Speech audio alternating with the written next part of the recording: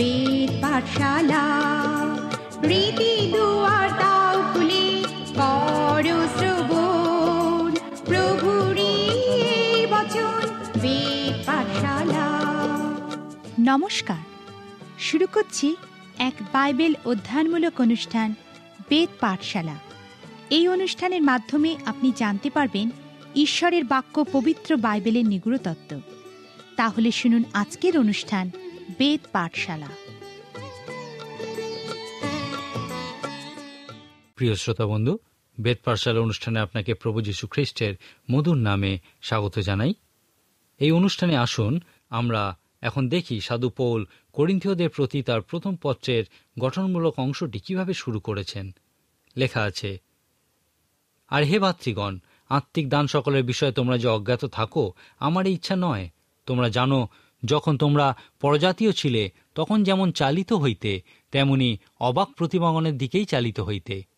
এই জন্য আমি তোমাদিগকে জানাইতেছি যে ঈশ্বরের আত্মায় কথা কহিলে কেহ বলে না যীশু শাপগ্রস্ত, এবং পবিত্র আত্মার আবেশ ব্যতি রেখে কেহ বলিতে পারে না যীশু প্রভু।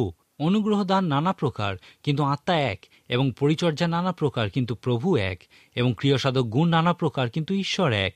তিনি সকলেতে সকল ক্রিয়ার সাধনকর্তা, কিন্তু প্রত্যেক জনকে হিতের জন্য আত্মার আবির্ভাব দত্ত হয়। আমরা দেখেছি যে এই পত্রটি 11 এবং 12 অধ্যায়ের মধ্যে ভাগ করা হয়েছে।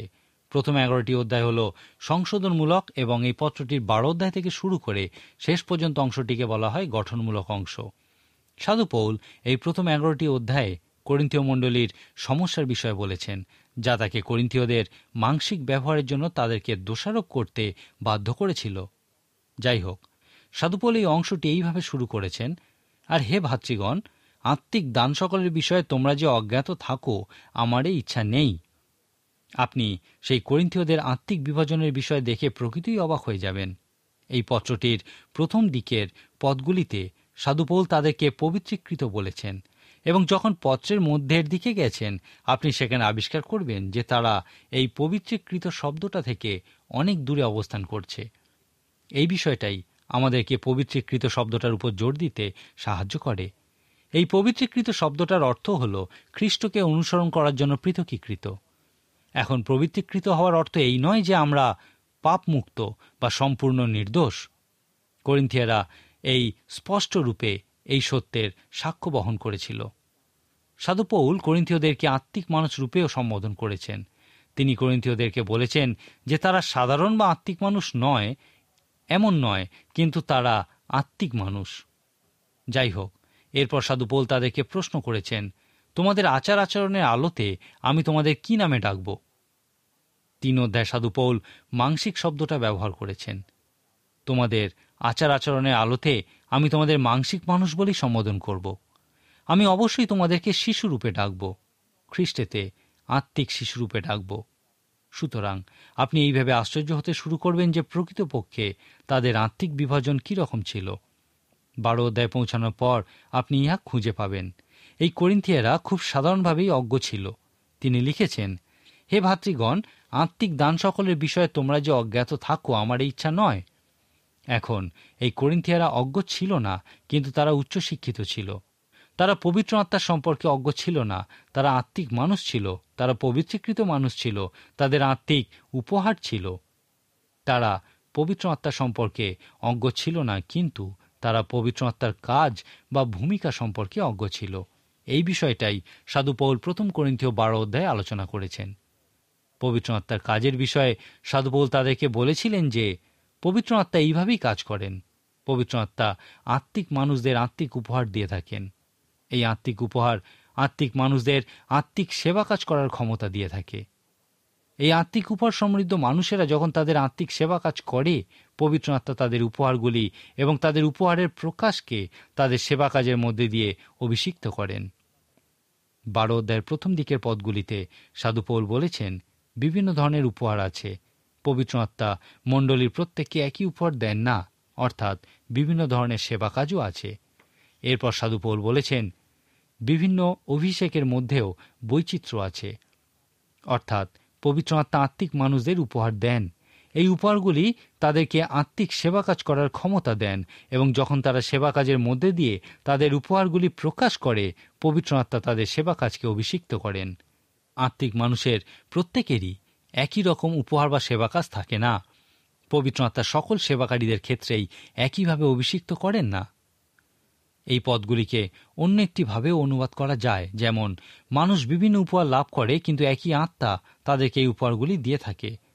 ঈশ্বরের সেবা করার বিভিন্ন পথ আছে, কিন্তু যে ঈশ্বরের সেবা করা হয় তিনি এক। ঈশ্বর বিভিন্ন মানুষের মধ্যে দিয়ে বিভিন্নভাবে কাজ করে থাকেন, কিন্তু সেই এক ও অপরিবর্তনীয় ঈশ্বরই তাদের মধ্যে দিয়ে তাঁর উদ্দেশ্য পূরণ করেন। প্রত্যেক ব্যক্তিকেই আত্মার দ্বারা উপহার দেওয়া হয়েছে যেন সে তার সকলের ভালোর জন্য ব্যবহার করে, এবং এই সমস্ত উপহারের উপরে পবিত্র আত্মার অভিষেক আছে, যিনি প্রত্যেক স্বতন্ত্র ব্যক্তিকে তাঁর ইচ্ছানুযায়ী উপহার দিয়ে থাকেন।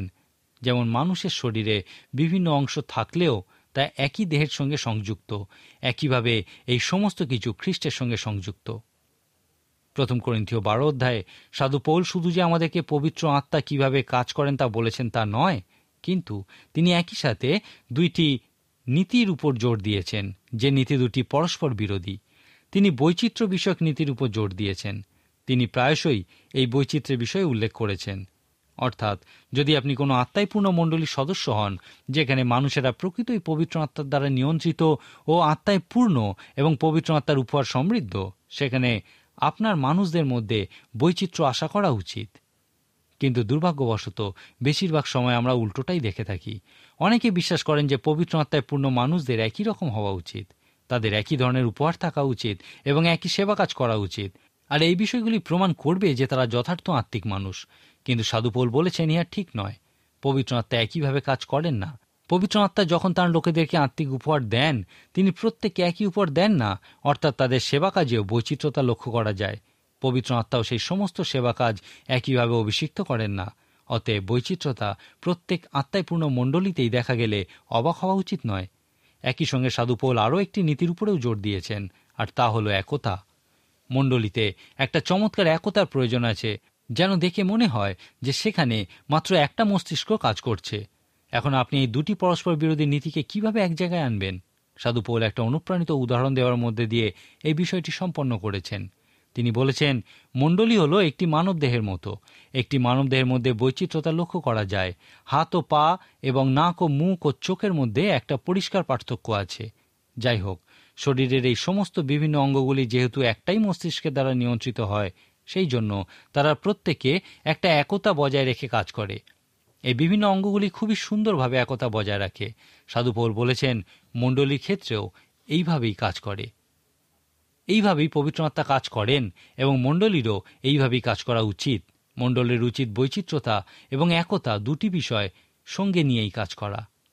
আপনার কি মনে আছে, প্রেরিত 2 অধ্যায় 42 পদে আমরা দেখেছি যে পঞ্চসপ্তমীর দিনে যারা পরিবর্তিত হয়েছিল তারা প্রেরিতদের শিক্ষায় ও সহভাগিতায়, রুটি ভাঙায় ও প্রার্থনায় নিবিষ্ট থাকিল। আমি বলেছিলাম যে ইহা হলো সেই অদৃশ্য মণ্ডলীর দৃশ্যমান আঙুলের ছাপ। আপনাকে মনে করিয়ে দেওয়ার জন্য এই মণ্ডলীর হাতের বিষয়টি আরেকবার বলি। বাম হাতের বুড়ো আঙুল বা বৃদ্ধাঙ্গুষ্ঠের ছাপ ছিল প্রচার কাজ, কারণ পঞ্চসপ্তমীর দিনে একসাথে 3000 লোক পরিবর্তিত হয়েছিল। তর্জনীর ছাপটি ছিল শিক্ষা, মধ্যমার ছাপটি ছিল সহভাগিতা, অনামিকার ছাপটি ছিল আরাধনা এবং ঈশ্বরের প্রতি তাদের ভালোবাসা, এবং কনিষ্ঠার ছাপটি ছিল প্রার্থনা। এইগুলি ছিল সেই অদৃশ্য মণ্ডলীর বাম হাতের দৃশ্যমান আঙুলগুলির ছাপ। 1 করিন্থীয় 12 অধ্যায়ে সাধু পৌল আমাদেরকে এই মণ্ডলীর ডান হাতের আঙুলগুলির ছাপের বিষয়ে বলবেন, যখন আমরা মণ্ডলীর উদ্দেশ্য, প্রকৃতি এবং ভূমিকার বিষয়ে বুঝব। সাধু পৌল বলেছেন, ইহা কিছুটা এই রকম, যখন আপনি একটি প্রকৃত মণ্ডলী দেখবেন যেখানে পবিত্র আত্মা কাজ করছেন এবং মণ্ডলীও কাজ করছে, সেখানে প্রথমেই বুড়ো আঙুল বা বৃদ্ধাঙ্গুলি রূপে দেখবেন একতা। সেখানে এই সুন্দর ঐশ্বরিক একতা থাকবে, কারণ মণ্ডলীর প্রত্যেক বিভিন্ন অঙ্গ একই মস্তিষ্কের দ্বারা নিয়ন্ত্রিত হচ্ছে। যীশুখ্রিস্টই হচ্ছেন সেই মস্তিষ্ক, যিনি মণ্ডলীর দেহকে নিয়ন্ত্রণ করছেন। অতএব এই একতাই হল পবিত্র আত্মায় পূর্ণ মণ্ডলীর বুড়ো আঙুলের ছাপ। তারপর তর্জনীর ছাপকে আমরা বলতে পারি বৈচিত্র্যতা। সেখানে বৈচিত্র্যতাকে ত্যাগ না করেই একতা উপস্থিত থাকে। অনেক সংস্থা বলে থাকে, তুমি আমাদের সঙ্গে এক হতে পারো, কিন্তু আলাদা থাকতে পারবে না। তোমাকে তোমার মহানতা ত্যাগ করতে হবে যেন তুমি আমাদের সঙ্গে একতা বজায় রাখতে পারো। পবিত্র শাস্ত্রানুযায়ী ইহা একতা নয়, ইহা হল সমরূপতা। এরপর দেখি মণ্ডলীর ডান হাতের মধ্যমার আঙুলের ছাপ হল সংখ্যাধিক্য। মণ্ডলীতে সংখ্যাধিক্যের বিষয়টি লক্ষ্য করুন। যখন পবিত্র আত্মা বিশ্বাসীদের মধ্যে কাজ করেন, তিনি তখন শুধুমাত্র পালক বা একটি কি দুটি মহান মানুষকে ব্যবহার করেন না। তিনি যখন বিশ্বাসীদের মধ্যে কাজ করেন, তখন প্রত্যেককে আত্মিক উপহার দিয়ে থাকেন। খ্রিস্টের দেহরূপ মণ্ডলীতে এমন কেউ থাকেন না যিনি কোনো না কোনো উপহার লাভ না করে থাকেন। অতএব সেখানে একটা সংখ্যাধিক্যের মতো বিষয় দেখা যায়। একের অধিক মানুষ কাজ করেন এবং পবিত্র আত্মা তাদের অভিষেকের উৎস হন। 1 করিন্থীয় 12 অধ্যায় মণ্ডলীর ডান হাতের অনামিকার ছাপটি হল, আমরা যাকে বলে থাকি, অনুভূতি বা অভিজ্ঞতা বোঝা এবং তা প্রকাশ করার ক্ষমতা। বাম হাতের অনামিকার ছাপ ছিল ঈশ্বরের প্রতি ভালোবাসা এবং ডান হাতের অনামিকার ছাপটি হল পরস্পরের প্রতি ভালোবাসা। দেখো তারা পরস্পরকে কেমন ভালোবাসে।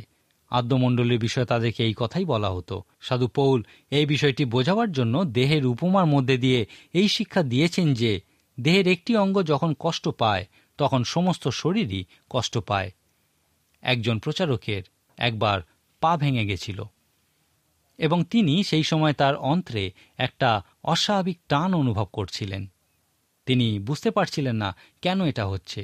তখন একজন চিকিৎসক তাকে বলেছিলেন, শরীরের একটা অঙ্গে যখন কষ্ট হয় তখন সহানুভূতিশীল স্নায়ুতন্ত্র শরীরের অন্যান্য অঙ্গগুলির মধ্যে দিয়েও সহানুভূতি প্রকাশ করে। এখন সাধু পৌল এই পরস্পরকে বোঝার বিষয়টি এই ছোট্ট উদাহরণের মধ্যে দিয়ে দেখিয়েছেন। শরীরের একটা অঙ্গ কষ্ট পেলে সমস্ত শরীরটাই কষ্ট পায়, কারণ সমস্ত শরীর সেই আঘাতপ্রাপ্ত অঙ্গটির প্রতি সমবেদনা জানায়। এই বিষয়টাও আমাদেরকে দেখায় যে পবিত্র আত্মায় পূর্ণ মণ্ডলী কাজ করছে। ডান হাতের কনিষ্ঠাকে আমরা বলতে পারি সমতা। আমাদের শরীরের প্রত্যেকটা অঙ্গের মূল্য বা গুরুত্ব সমান, প্রত্যেকের কাজ এক নয়। এমনকি কোনো অঙ্গের কাজ হয়তো অন্য অঙ্গের তুলনায় কম মূল্যবান, কিন্তু ঈশ্বরের দৃষ্টিতে তারা প্রত্যেকেই সমান। এখানে উদাহরণস্বরূপ সাধু পৌল আমাদের কানের ভিতরে ছোট্ট একটি হাড়ের কথা বলেছেন, যার কথা হয়তো আপনি জানেন না বা কোনোদিন চিন্তাও করেননি।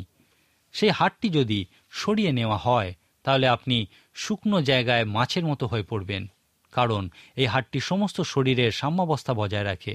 সাধু পৌল বলছেন, মাঝে মাঝে এই ছোট ছোট অংশগুলি, যেগুলিকে বেশিরভাগ ক্ষেত্রেই তাৎপর্যহীন বলা হয়, সেগুলি দৃশ্যমান অংশগুলির থেকে বেশি গুরুত্বপূর্ণ হয়ে ওঠে। অর্থাৎ শরীরের প্রত্যেক অঙ্গই গুরুত্বপূর্ণ। অতএব ডান হাতের আঙুলের ছাপগুলি হল একতা, বৈচিত্র্যতা, সংখ্যাধিক্য বা একের অধিক হওয়া, পারস্পরিক বোঝাপড়া এবং সমতা। যে কোনো আত্মায় পূর্ণ মণ্ডলীতে এই দৃশ্যমান আঙুলের ছাপগুলি দেখতে পাওয়া উচিত, যা প্রমাণ করে যে পবিত্র আত্মা মণ্ডলীতে প্রকৃতই কাজ করছেন। আপনার মণ্ডলী কি এই রকম? প্রত্যেক মণ্ডলীরই এই আত্মিক পরিপক্কতা লাভ করা উচিত। আজকেই নিজের জীবনে ঈশ্বরের এই বাক্য প্রয়োগ করুন। 1 করিন্থীয় 14 অধ্যায়ে সাধু পৌল আমাদেরকে বলতে শুরু করেছেন যে তিনি এই অধ্যায়টি লেখার সময় সমস্যার সম্মুখীন হয়েছিলেন।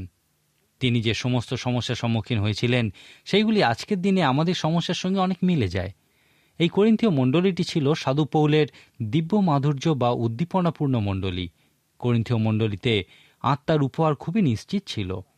প্রতীক উপহার, যেমন পরভাষায় কথা বলা, ভবিষ্যৎবাণী বলা এবং অলৌকিক কাজ করার মতো উপহারগুলি নিশ্চিতভাবেই করিন্থীয় মণ্ডলীতে কাজ করছিল।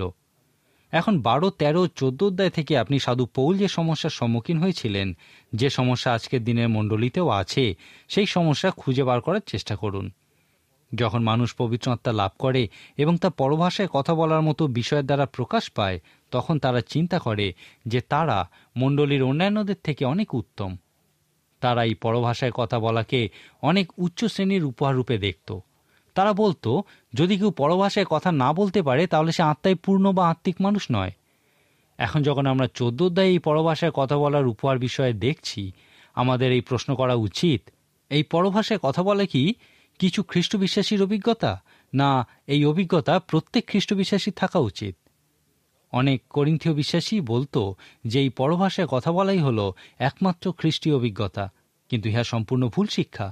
সাধু পৌল এই 3টি অধ্যায়ে এই সমস্যারই কথা বলেছেন। করিন্থে পবিত্র আত্মার উপহারগুলির প্রদর্শনের মধ্যে দিয়ে যে সমস্যা এসেছিল তা আজকের দিনেও আমরা দেখতে পাই। প্রথমত, সাধু পৌল বিভেদ বা প্রভেদ সংক্রান্ত সমস্যার বিষয়ে বলেছেন। সাধু পৌল সেই ব্যক্তিকে ধরেছিলেন যিনি প্রতীক উপহার লাভ করেছেন এবং সেই কারণে অন্যদের থেকে নিজেকে আলাদা করেছেন। সাধু পৌল এই সমস্যাটির বিপক্ষে কথা বলেছিলেন, কারণ এই সমস্যাটি নিন্দা সংক্রান্ত সমস্যার দিকে নিয়ে যায়। কোনো ব্যক্তি যদি পবিত্র আত্মার বিশেষ উপহার লাভ না করে থাকেন, তাহলে তিনি আত্মিকভাবে খুবই সুরক্ষিত হবেন না। মানুষ সাধারণভাবে অসুরক্ষিত, বিশেষ করে অনেক মানুষ আত্মিক ক্ষেত্রে অসুরক্ষিত। অতএব আপনি যদি কাউকে বলেন, আমার মনে হয় আপনি এখনও প্রকৃত আত্মিক মানুষ হননি, তাহলে তারা হয়তো পবিত্র আত্মা তাদেরকে যে উপহার দিয়েছেন বা যেভাবে তাদের মধ্যে দিয়ে কাজ করছেন তার নিন্দা করা শুরু করতে পারেন। এই বিষয়টা তাদের মান নিচের দিকে নামিয়ে দেয়, যা তাদের মধ্যে বিভেদ সৃষ্টি করে, এবং ইহার ফলস্বরূপ তারা খ্রিস্টের মণ্ডলী থেকে আলাদা হয়ে যান, কারণ তারা সেই মণ্ডলীতে দ্বিতীয় শ্রেণীর আত্মিক মানুষ রূপে গণ্য হতে চান না। তারা হয়তো অন্য কোনো মণ্ডলীতে যোগ দেবেন যেখানে তাদেরকে প্রথম শ্রেণীর আত্মিক মানুষ রূপে গণ্য করা হবে। এই অধ্যায়গুলিতে সাধু পৌল এই ধরনের সমস্যারই সম্মুখীন হয়েছিলেন। এখানে নিশ্চিত রূপে বলা যায় যে সাধু পৌল পবিত্র আত্মার কাজের ক্ষেত্রে কিছু ভুল অবস্থানের বিষয় বলেছেন। সাধু পৌলের মতানুযায়ী পবিত্র আত্মার কাজ সম্পর্কে অজ্ঞ থাকা উচিত নয়। পবিত্র শাস্ত্র পবিত্র আত্মার সম্বন্ধে এবং তিনি কিভাবে কাজ করেন সেই সম্বন্ধে যা বলে সেই বিষয়ে অজ্ঞ থাকা উচিত নয়। পবিত্র আত্মার বিষয়ে দ্বিতীয় যে ভুল অবস্থানের বিষয় তিনি বলেছেন তা হল পবিত্র আত্মার কাজকে উপেক্ষা করা উচিত নয়। এমন অনেক মানুষ আছেন যারা জানেন যে পবিত্র শাস্ত্রে পবিত্র আত্মার কাজের বিষয়ে কি বলা হয়েছে, কিন্তু তারা কখনো ইহার অংশ হতে চান না। তারা এই বিষয়ে প্রচার করতে বা শিক্ষা দিতে চান না, এমনকি এই বিষয়টি তারা উল্লেখ পর্যন্ত করতে চান না, কারণ এই বিষয়টা বিভাগজনিত সমস্যার সৃষ্টি করতে পারে। আর সেই জন্যই তারা এই 3টি অধ্যায় 12, 13, 14 অধ্যায়গুলিকে সম্পূর্ণ উপেক্ষা করে। একজন ব্যক্তি বলেছিলেন, আমি এই 3টি অধ্যায় আমার বাইবেল থেকে ছিঁড়ে ফেলতে চাই, কারণ এই অধ্যায়গুলি আমাকে অনেকের কাছ থেকে আলাদা করেছে। এখন যদি আপনি এই অধ্যায়গুলি ছিঁড়ে ফেলতে চান, তার অর্থ হলো আপনি সমস্যায় আছেন। যদি আপনি প্রকৃতই বুঝতে চান যে পবিত্র আত্মা কীভাবে কাজ করেন, এবং যদি আপনি তাদের একজন হতে চান যাদের মধ্যে দিয়ে পবিত্র আত্মা কাজ করেন, তাহলে আপনাকে এই 3টি অধ্যায়ের সারসংক্ষেপ তৈরি করে তা মুখস্থ করতে হবে। আপনাকে এই 3টি অধ্যায় থেকে পবিত্র আত্মা কীভাবে কাজ করেন সেই বিষয়ে পরিষ্কারভাবে জানতে হবে, কারণ ইহা আপনি উপেক্ষা করতে পারবেন না। এরপর পবিত্র আত্মার ক্ষেত্রে আরেকটি ভুল অবস্থানের কথা সাধু পৌল বলেছেন, যখন তিনি বলেছিলেন আত্মার কোনো বিশেষ প্রদর্শনকে প্রতীকরূপে গ্রহণ করা উচিত নয়। করিন্থিয়ারা ইহাই করেছিল। বিশেষ করে পরভাষায় কথা বলার ক্ষেত্রে তারা এই উপহারটিকে প্রতীকরূপে অন্যান্য সকল উপহারের ঊর্ধ্বে বসিয়েছিল। এরপর সাধু পৌল পবিত্র আত্মার কাজের ক্ষেত্রে আরেকটি ভুল অবস্থানের বিষয় পবিত্র আত্মার কাজ নিজে করতে যাওয়া উচিত নয় বলার মধ্যে দিয়ে ব্যাখ্যা করেছেন। আসুন এই বিষয়টা একটু বোঝার চেষ্টা করি। আত্মারই স্পষ্ট প্রদর্শনগুলিকে বলা হয় আত্মার উপহার। এখন উপহার কি এবং দেওয়ার আত্মাই বা কি? যখন আপনি কাউকে দেওয়ার আত্মার মধ্যে দিয়ে উপহার দেন, তখন এই উপহার দেওয়ার ধারণাটি আপনার হৃদয় থেকে আসা উচিত এবং গ্রহণকারীর কাছে তা বিস্ময়সূচক হওয়া উচিত। উপহার সর্বদা যিনি দেবেন তার হৃদয়ে দেওয়ার ধারণা আসা উচিত। যিনি গ্রহণ করবেন তার হৃদয়ে উপহার পাওয়ার বাসনা থাকা উচিত নয়। উপহার তার কাছে এমনভাবে পৌঁছানো উচিত যেন তিনি বিস্মিত হন। লক্ষ্য করুন, সাধু পৌল প্রায়শই বলেছেন পবিত্র আত্মা তার ইচ্ছানুযায়ী তার খুশি মতো উপহার দিয়ে থাকেন। আমি বা আপনি আমাদের ইচ্ছামতো বা খুশি মতো উপহার পাই না। পবিত্র আত্মাকে আমাদের ইচ্ছামতো উপহার দেওয়ার, কথা বলার কোনো অধিকার আমাদের নেই। যীশুখ্রিস্ট বলেছেন, পিতার উত্তম ইচ্ছাতেই তিনি তোমাদের স্বর্গরাজ্য দিয়েছেন। যদি ঈশ্বর আপনাকে এই উপহারগুলির কোনো একটি দিতে চান, তাহলে আপনি তা লাভ করতে পারেন। পবিত্র আত্মাই আপনার কাছে উপহার পাঠিয়ে দেবেন এবং আপনি সেই উপহার লাভ করে বিস্মিত হয়ে যাবেন। আপনাকে এই উপহারের জন্য নিজেকে উদ্যোগ নিতে হবে না। এই অংশে সাধু পৌল করিন্থীয়দের এবং আমাদেরকে বলেছেন যে আত্মিক উপহার নকল করার চেষ্টা করা উচিত নয়। কিছু কিছু মানুষ আছেন যারা এই উপহার লাভ করার জন্য মানুষের উপর চাপ সৃষ্টি করে, আর লোকেরা তাদের সঙ্গে এক হওয়ার জন্য এই আত্মিক উপহার নকল করতে থাকে। তারা শুধুমাত্র তাদের কাছে গ্রহণযোগ্য হওয়ার জন্যেই এই আত্মিক উপহারের নকল করতে থাকে।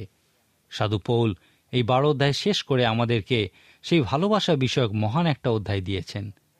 এই ভালোবাসা বা প্রেমের বিষয়ে বলার পর 14 অধ্যায়ে সাধু পৌল খ্রিস্টের দেহরূপ মণ্ডলীতে আত্মিক উপহারগুলির কাজের বিষয়ে বলেছেন। 12 অধ্যায়ে সাধু পৌল আত্মার উপহারের বিষয়ে আমাদেরকে বলেছেন, যা প্রমাণ করে যে পবিত্র আত্মা আমাদের উপরে এসেছেন এবং আমাদেরকে অভিষিক্ত করেছেন। একজন বিশ্বাসীর উপরে পবিত্র আত্মা আসার প্রমাণ হল আত্মিক উপহার। 13 অধ্যায়ে সাধু পৌল আমাদেরকে পবিত্র আত্মায় পূর্ণ হওয়ার প্রমাণরূপে প্রেমের কথা বলেছেন। 14 অধ্যায়ে সাধু পৌল সেই শৃঙ্খলার বিষয়ে আমাদেরকে বলবেন যা আমাদের মধ্যে থাকা উচিত যখন পবিত্র আত্মা আমাদের উপরে এবং আমাদের মধ্যে থাকেন। কোনো বিশ্বাসী বা একদল বিশ্বাসীর মধ্যে এবং উপরে যে পবিত্র আত্মা আছেন তার প্রমাণ হল এই শৃঙ্খলা তাদের মধ্যে উপস্থিত থাকবে। এই শৃঙ্খলার বিষয়েই 14 অধ্যায়ে বর্ণনা করা হয়েছে। পবিত্র শাস্ত্রে মণ্ডলীর নিয়মানুবর্তিতা বা শৃঙ্খলার বিষয়ে খুব বেশি কিছু বলা নেই। আপনি যদি বিভিন্ন মণ্ডলীতে যান এবং তাদের উপাসনায় যোগ দেন, তাহলে বিভিন্নভাবে তাদেরকে উপাসনা করতে দেখে আপনি হয়তো একটু অবাকই হবেন। আপনার মনে হয়তো প্রশ্ন জাগবে, কোনটি সঠিক? কারা সঠিক পদ্ধতিতে উপাসনা করছে? বাইবেলে এই বিষয়ে খুব কমই বলা হয়েছে। যীশুখ্রিস্ট আমাদেরকে শুধুমাত্র প্রভুর ভোজ পর্ব পালন করার পদ্ধতির বিষয়ই বলেছেন। আমরা যখন বিশ্বাসী রূপে একত্রিত হই, তখন আমাদের মধ্যে কিরূপ শৃঙ্খলা থাকা উচিত? এই প্রশ্নটির উত্তর দেখার জন্য বাইবেলে 1 করিন্থীয় 14 অধ্যায়টি সবথেকে গুরুত্বপূর্ণ একটি অধ্যায়। এখানে সাধু পৌল বলেছেন, তোমরা যখন একত্রিত হও তখন তোমাদের কিরূপ হওয়া উচিত। তিনি আরও বলবেন যে সকলেই গাঁথিয়া তুলিবার নিমিত্ত হোক। এখানে নিশ্চিতভাবেই সাধু পৌল পরভাষা বিষয়ক সমস্যার কথা বলেছেন। তিনি 16 বার এই পরভাষা কথা উল্লেখ করেছেন। সাধু পৌল বলেননি যে পরভাষা আজকের দিনের জন্য নয়।